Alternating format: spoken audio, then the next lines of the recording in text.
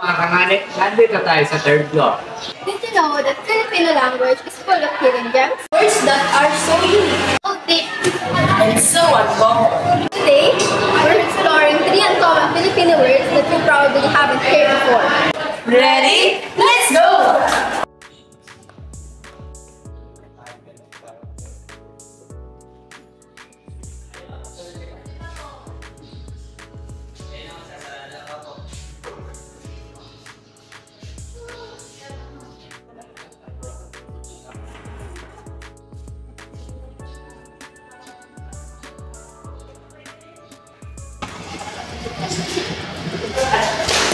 Lemos, ano naman nangyari? Pasensya na rin yan. Handa mo kumalimunuwak, talmak, dalawa.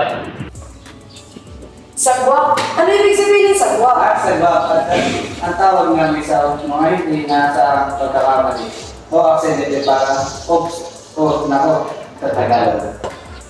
Ganun ba? Hindi ko pa narinig ang salita ang sagwa ko ulit. So ay hindi namin nila sa pagyayari ko nakakayang aksidente.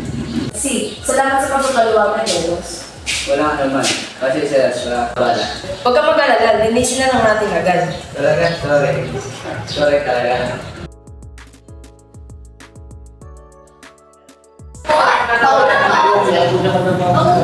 Ano kaya? Nakakatawa Kaya ano pinag-uusapan niyo? Nakuha na tapos sa bangungot.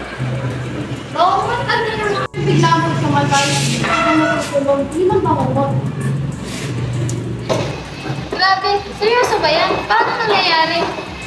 May mga kwento kasi na may mga nilalang nagpapanggap na bangungot. Sila lang yung dahilan kung bakit may mga biglang namamatay habang natutulog.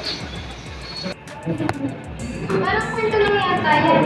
May mga scientific explanation tungkol yan. Oo nga, may mga nagsasabi na ang bangungot ay isang ulinan because nakakatawa sila yung pagkalaw ng nagtutulog. Kaya tumisip sila na may nakapo sa kanilang buhay. At may mga studies na nagsasabi ang bangungot ay maaaring maging sanhi ng biglang pagbabago sa puso at iba pang layo.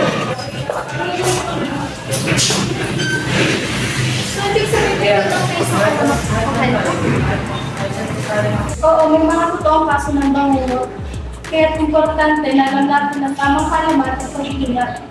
Sabi nga nila, huwag matulog ng busog kasi isa yan sa paniniwala na makakatulong upang maiwasan ang bangungot.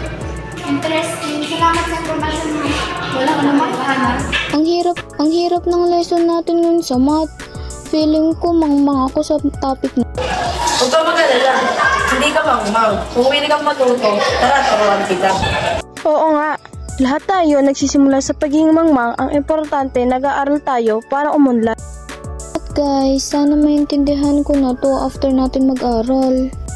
Got so much motherfucking